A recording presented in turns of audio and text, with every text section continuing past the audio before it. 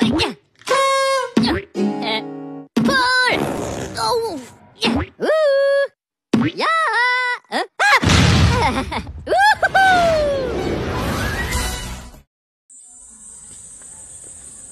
umaga!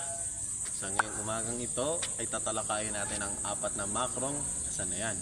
Una rito ay pagsulat, pakikinig, pagsasalita, at uli sa lahat ay pagbasa. Kaya tara, samahan niyo ako at talakayin isa-isa ang 4 na makrong kasanayan. Halika na!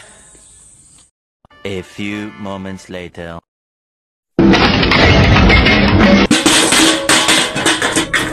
Pakikinig ay isang paraan sa pagtanggap ng mensahe sa pamamagitan ng pandinig. Meron itong kombinasyon ng 3 bagay, tinatawag na tunog, kagaya nun, naunawaan, at natatandaan. Pakikinig!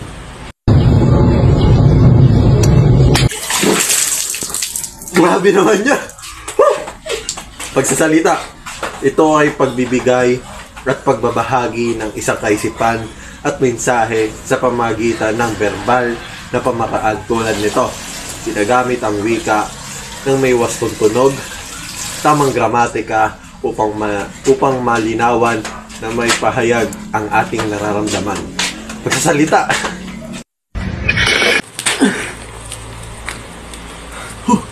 Pagbasa. Ito ay kakayahan ng isang tao upang umunawa ng nakasulat sa isang teksto tulad nito. Pagbasa.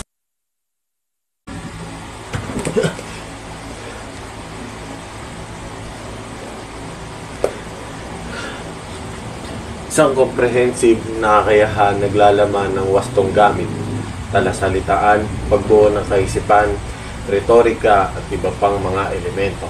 Pagsulat.